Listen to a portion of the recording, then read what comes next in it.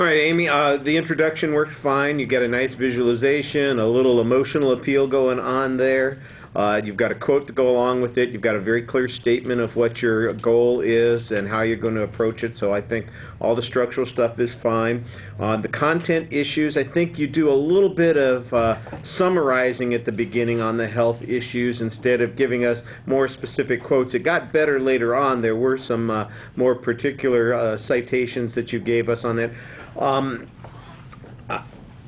From a strategic point of view, I think it would probably help you credibility-wise to stay away from anything associated with PETA, because those people are crazy. All right, but your real quote, actually, the first quote that you have from PETA is really just a citation of the American Dietary Association, I think, and so that's the quote that you want, and try and avoid that. Now, later on, I know PETA comes back in, and I think you're going to run into folks who will be resistant just at the very mention of PETA. So you don't need that, because there's all this information out there that doesn't have the taint of the PETA stink on it, you know, sort of thing. So I think you could probably get by without that.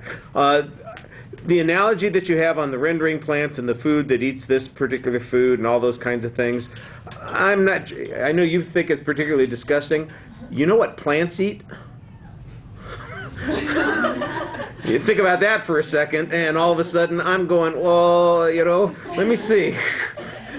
Rendered animals or the stuff that animals render to us, you know, and that's, so I think you got to think about it a little bit. I understand the point that you're making. I think the health argument is the stronger argument on that. There are some other disgusting arguments that you can make about food. Personally, I'm glad that you didn't make them, you know, because, you know, lunch is coming up, like you said. But I like the solution that you have at the end, the way you kind of, you know, casually present it. Look, it's probably good if you limit these kinds of things that are potentially dangerous to you. You don't really develop a big ethical argument about it, except, you know, the closest you come to that is the George Bernard Shaw quote that you have at the beginning. All right, and to be honest,